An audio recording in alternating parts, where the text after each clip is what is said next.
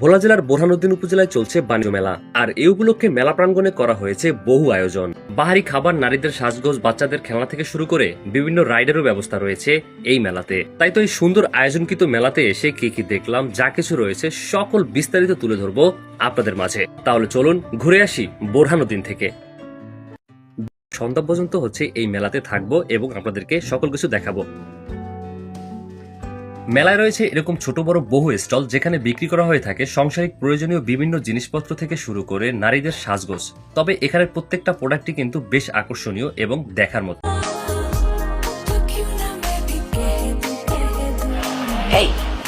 Hey, I've seen this one.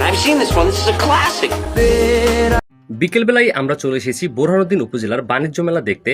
আর আসার পরেই আমরা সরাসরি চলে এসেছি টিকিট কাউন্টারে, যেখানে 20 টাকা মূল্যের আমাদের টিকিট কাটতে হবে। আর ফাইনালি আমরা সেটা কেটেও ফেলেছি। দেখতে পাচ্ছেন এটাই হচ্ছে ভিতরে ঢোকার মতো চাবিকাঠি। তাই বাহির আর দেরি না করে সরাসরি ভিতরে প্রবেশ করার জন্য যাচ্ছি। আর এখানে কিন্তু দেখতে পাচ্ছেন অনেক রাইড রয়েছে, আর সবাই রাইডে চড়তেছে, বেশ আনন্দ করতেছে। তবে আমি আসলে রাইডে কিছুই চড়ি নেই, কারণ আমি আপনাদেরকে সবকিছু দেখাচ্ছি আর এগুলোতে অনেক সময় লাগে। এদিকে চোখে পড়লো সাধনা লায়ন্স সার্কাসের গেট। যদিও আমি যখন গিয়েছি তখন সার্কাস এখনো শুরু হয়নি। মূল কথা, সার্কাসের লোকজনই আসেনি, সেজন্য হচ্ছে আমি সার্কাসটা আপনাদেরকে দেখাতে পারিনি। তবে বর্তমানে এই সার্কাস চলমান আছে।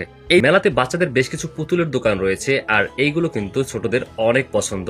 আর দোকানটা এমন জায়গায় রাখা হয়েছে যেখানে বাচ্চাদের চোখে পড়বেই, আর বাচ্চাদের চোখে পড়া মানে গার্ডিয়ানদের অবস্থা খুবই খারাপ।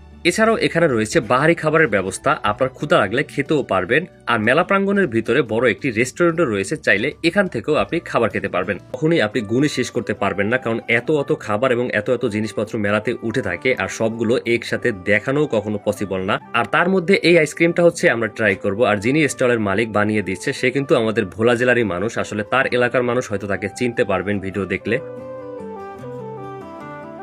বিকেল থেকে অনেক ভালোই ঘোরাঘুরি হয়েছে, আর এখন বের হয়ে যাব মেলা থেকে। তো চেষ্টা করেছি বেশ ভালোভাবে আপনাদের মাঝে তুলে ধরার জন্য। আশা করি ভালো লেগেছে। তো সবাই হচ্ছে কমেন্ট করে দিবেন আর শেয়ার করে পৌঁছে দিবেন সকলের মাঝে। ভালো থাকবেন সবাই, আল্লাহ হাফেজ।